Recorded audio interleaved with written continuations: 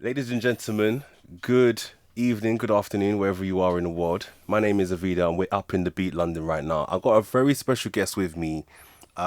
This man, his music went around the world and back before he even went around the world and back. But it's a pleasure to have the one and only BM in the studio with me. BM, good afternoon. Good afternoon. How are you? How are you? I'm good. How are you? I'm well, thank you. I'm well. So talk to me. Your new track with Celio's out. How did that come about? Because it's very organic. It's very Congolese. It's very. Yeah, I was in Congo, and I linked up with the best Congolese mix engineer, the best, which is JP Kiss. So I linked up with JP Kiss from Congo. He's done most of the hottest Congolese tracks out, from Fali Pupa Ecole, from Original. He's done projects with literally everyone, Fabregas, Yamato. He's done projects. Everyone that you can think of, he's done it. So I linked up with him in Congo, and obviously I wanted a production from him because he's the best. So and Celio was there in Congo at the time as well. So I heard at Celio. I said, Celio, let's make something. Let's make a little track. And he agreed, and then that's it. We just went into the studio. We got some instrument players. Shipikis recommended me to players that play for like Fabregas, they play for Fali, they play for everyone. So they came in, they played, and there we go. The tune was made, and we shot the video there as well. The video is a high quality video, and it's not something that you in recent times, Congolese music has become as a level in its videography as well. So the director, was he there, or he or she? Yeah, especially in Congo, to get a good videographer in Congo is very difficult because obviously they don't have the facilities and equipment like us here. But the person who actually directed this was Sam Alexander, and he's in Congo, and they deal with productions which is funded by Deo Kasonga. And yes, they used a red camera. They mixed different type of cameras like the Canon Mark IV. They mixed and the drone. So they mixed up the different cameras, and they've done a pretty good job.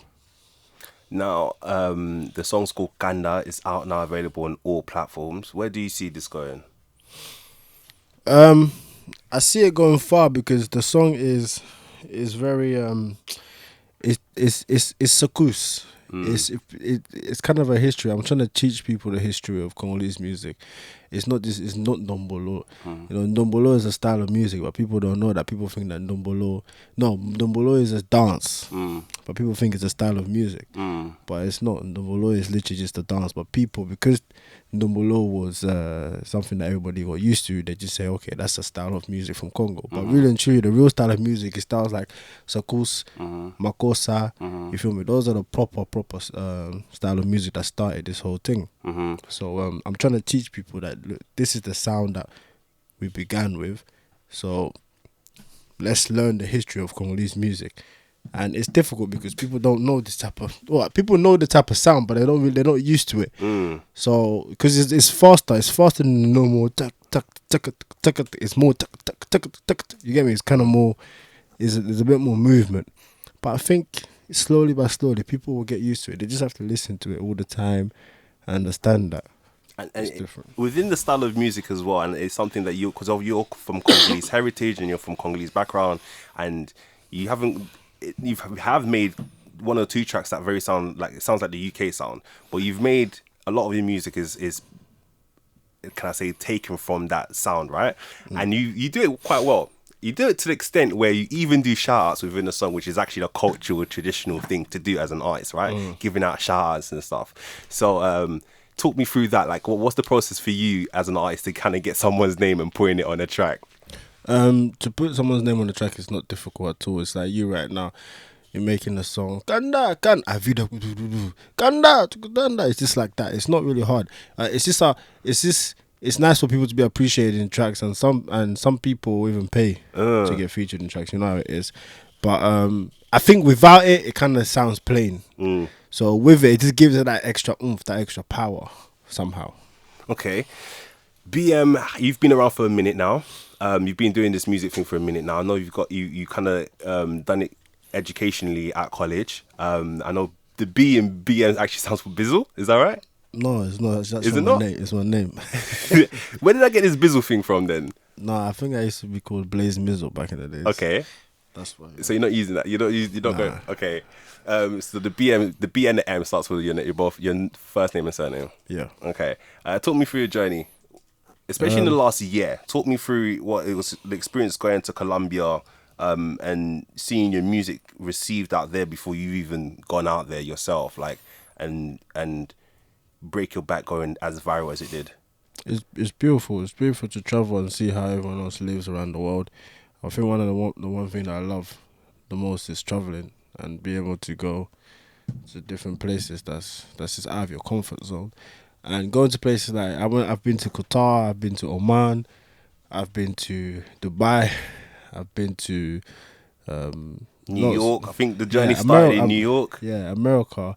Actually, the journey started in Canada. I've been to Okay. Canada twice now, but I performed in all three cities: Montreal, Toronto, and Edmonton. And it's just crazy. USA, I've performed over 20 states, like New York, Miami, LA, so many. But Colombia was very special because going to Colombia, I see that it's just like Africa.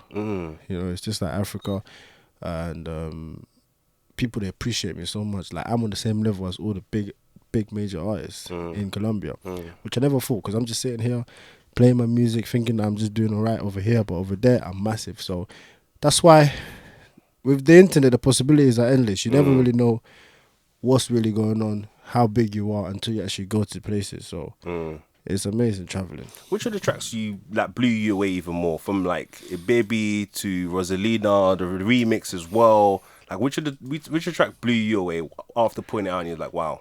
I think it's definitely Rosalina.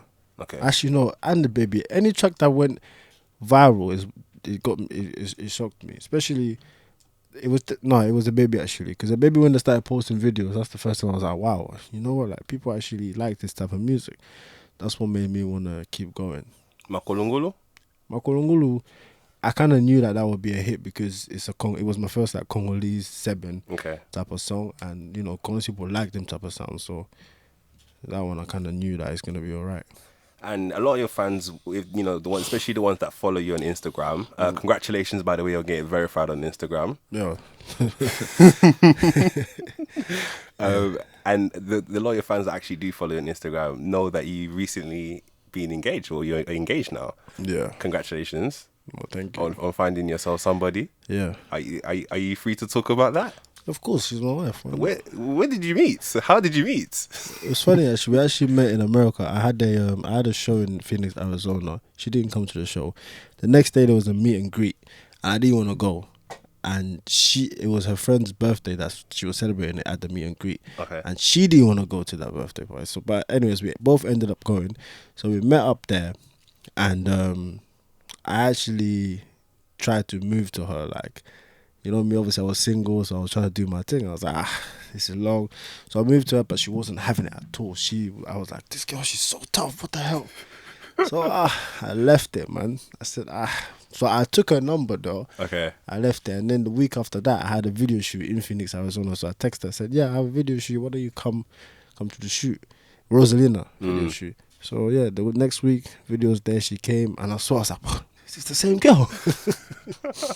I was like, nah, this can't be the same girl. Because in the club when it's dark, like, you don't really that fully focused. There's a lot of people around, so you're looking at different people.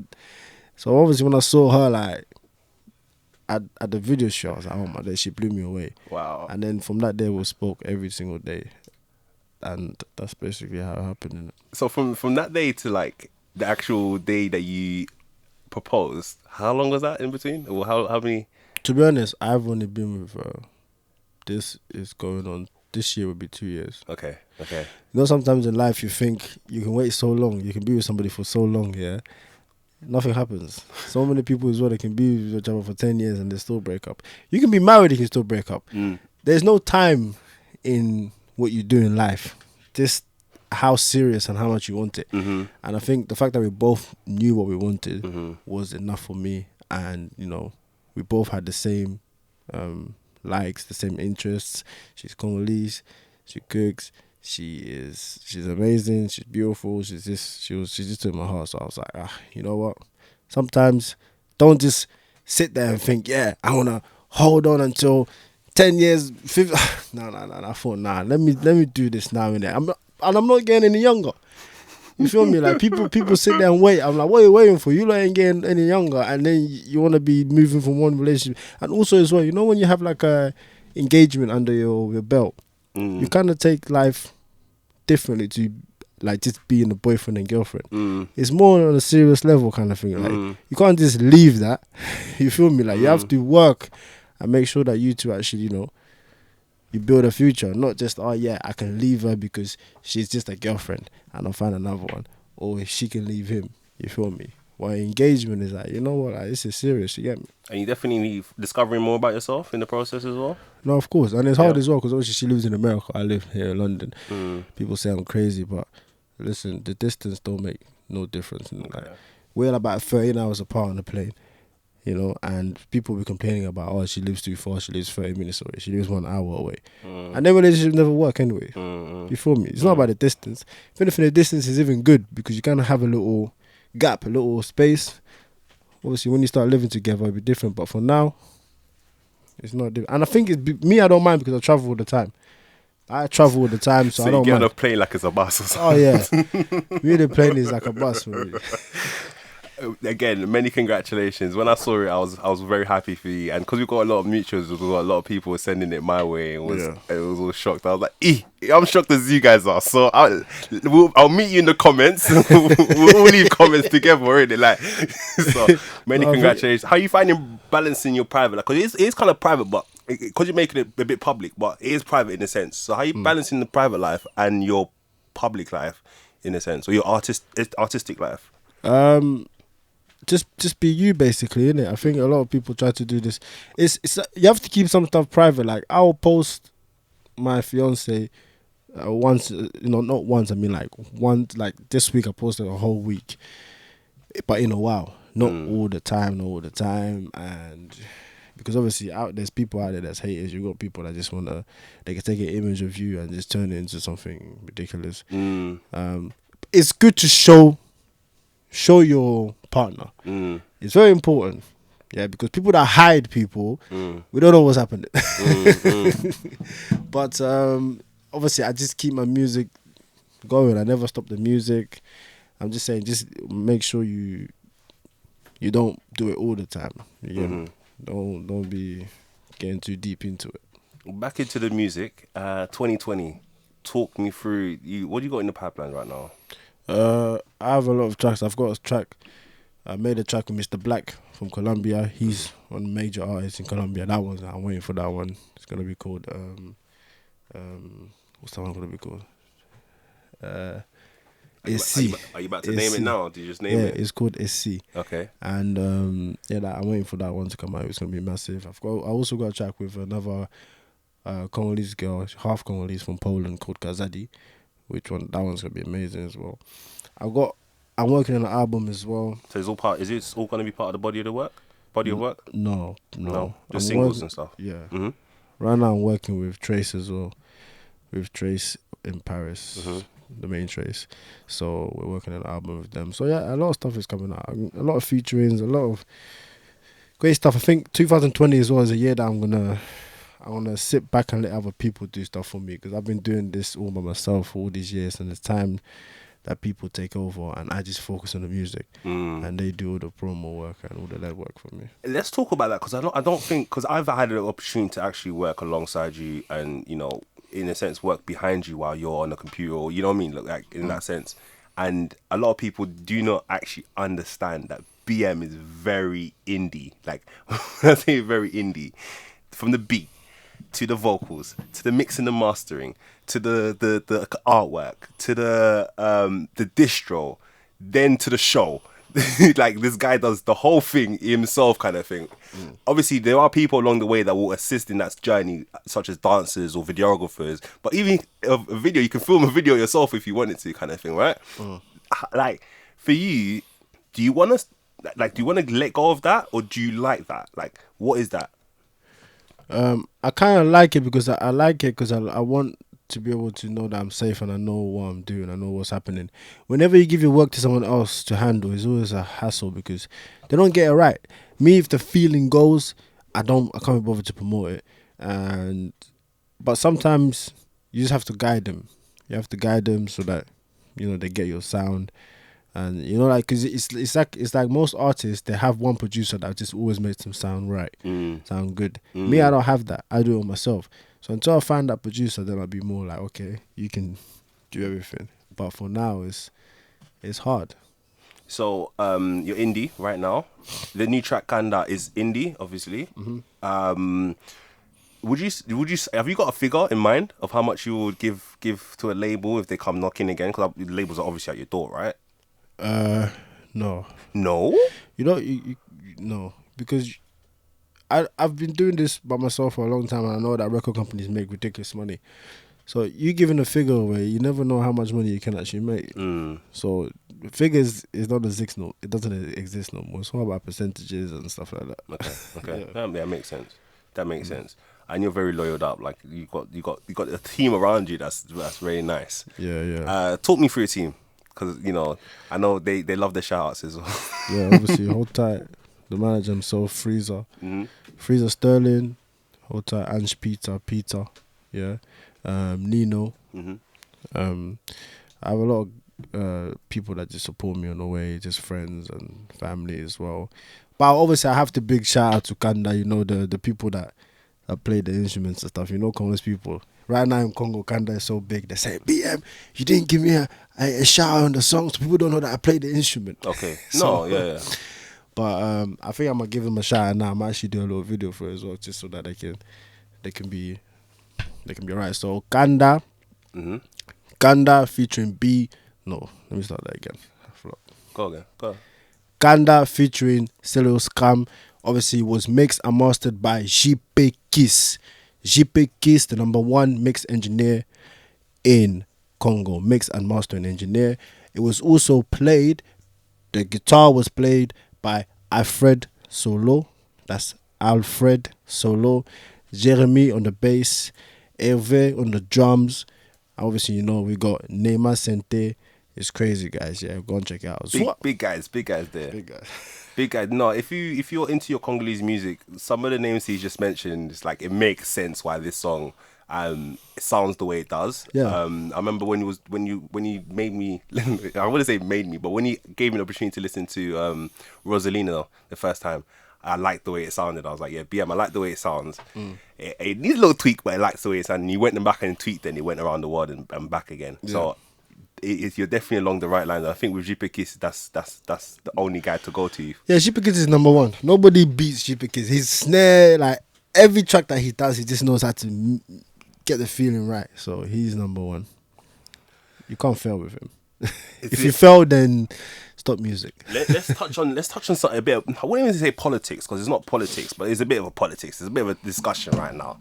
You're an artist, so I'd like to hear your opinion on this right now. So in England tonight, you're performing at Yalevis's concert. Yeah, you're scheduled to perform. In the UK, especially around Europe and America as well, artists from Congo itself have actually been allowed to perform in venues, right? Major venues, major performances. This has been as a political stance by protesters against the former Congolese administration, right? Correct me if I'm wrong, BM, but that sounds about right. Now, this resistance has kind of been going on for about 10 years, and the old administration's out, and there's a new one in. Now, people are saying that's all they wanted, just someone to leave, and now someone new to come into the situation, as in head of the state in Congo. So that's what it was all about. What's your view on that, and what's your view on the current situation now, where the artist in Congo wants to now play in Europe, want to now play in America, but there's still a bit of hesitation? That's what you can say. Yeah. See, Congo is just, you can't even write a book about Congo. You can write 10 million books about Congo, because for us to all come together is difficult. For me, if you're doing a concert, the status of the... See, artists performing in these sides of the world depends on the status of the country. If people are okay with the president, then that's all right. If people are not okay with the president, then the show is not going to go on. So I really, if you're doing a show, you really need to sit down and talk with these people that cause all this, the political, because there's no way out. Let's be honest, man. Let's stop lying to ourselves and say I can go and perform when they don't want you to perform. No, just go and talk to them and see how it is, because promoters are wasting so much money. And if you notice it's no Congolese promoter will make a show because they know that they're gonna lose money. It's only other people, Nigerians, Ghanaians, they're the ones that's gonna come and invest because they love the sound and they know there's fans gonna go and see the show. But then they end up with a loss because of our own Congolese people. So it's a shame. But I must say that I can't really comment on this type of thing. All I can say is that we need to come together. If you want to do a show, we need to meet up with the people, speak to them, and we need to, because people think that music is the only thing in Congo that gets the message heard. We know, okay, music is probably the number one thing in Congo that people look up to, but it shouldn't be mixed with politics. You feel me? Music and politics needs to be separated. Look at, if you have 50 Cent, he's got his views on Donald Trump. Donald Trump is not going to block him from performing, or their people are not going to block him from performing anywhere in the world because he's got his views on Donald Trump. But in Congo, if you have your views on any politician, they'll block you. Which is why I say music and politics needs to be separated. It's very important. My idea and why it's not separated is from what I can understand and what I can see. Of course, it's a political statement, but I feel like these people feel like the artists have a platform, and they're the ones, apart from the politicians, they're the one with the biggest platforms because they're influencers and they're public figures, right? They're the biggest ones in the land, and that's why they feel like at the time that the musicians were the one that should have said something, or are the ones that could have used their platforms in a more highlighting type of way to highlight the situation, and where some of them didn't and some of them just basically went off and took bribes or whatever. Nobody's wrong in this situation. There's no right or wrong. It's just a matter of us lot coming together, and artists and the people of Congo, the people that they do this movement, to just speak, and we actually get to the bottom, because we haven't actually sat down all together and actually spoke about it. It's always sides. These people, and some people in the political group, they break up. They start arguing. Some musicians argue. They break. Like, we need to be all together and just come together and say, okay, cool, this is what we do. Because nobody's wrong. Everybody's been angry. Congo has been suffering for years and years and years. So some people, you can't blame them for acting like this. You can't blame them for being so annoyed over the fact that a lot of people can have luxury things in Congo, but the majority can't. And the people that have the luxurious thing in Congo, they should be promoting and helping to build the country. And they probably feel like they're not doing enough. So they're angry. You feel me? And it's very disappointing, the fact that in the whole of Africa, we're probably the only country that just can't get on. Yeah.